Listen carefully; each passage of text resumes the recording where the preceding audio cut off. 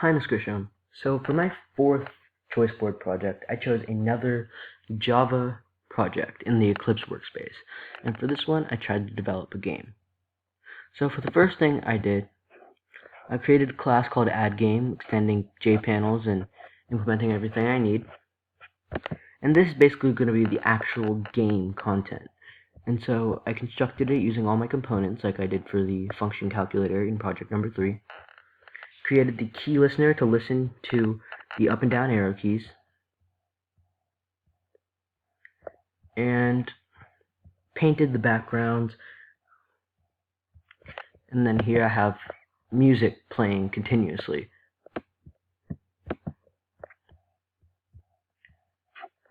So with that, I added that into a JFrame, and this is what we get for the actual game.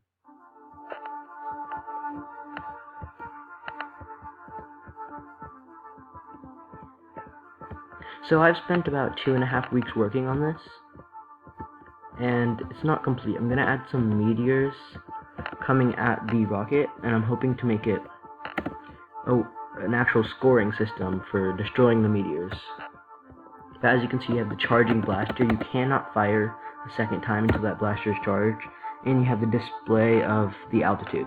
Now I'm controlling these movements. You can't see this, but I'm controlling these movements with the up and down arrow keys, and of course you can hear the music playing in the background. Another thing I added is these yellow dots moving in the background, and so these are my stars, which I did in my paint.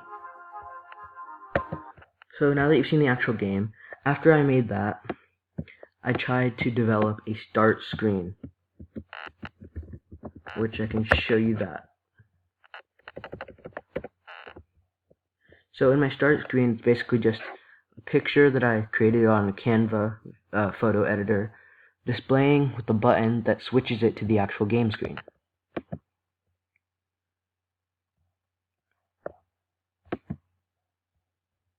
Oh, oops.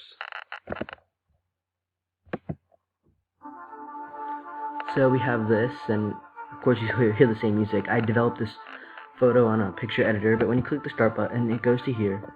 However, I'm still working out why the key listener won't work once you get to this point. So I'm pressing the up and down arrow keys, I'm pressing the space button, but nothing is happening. So in the next few weeks, I'm going to try to figure this out and hopefully get it to have the start screen. So that is the game I'm creating.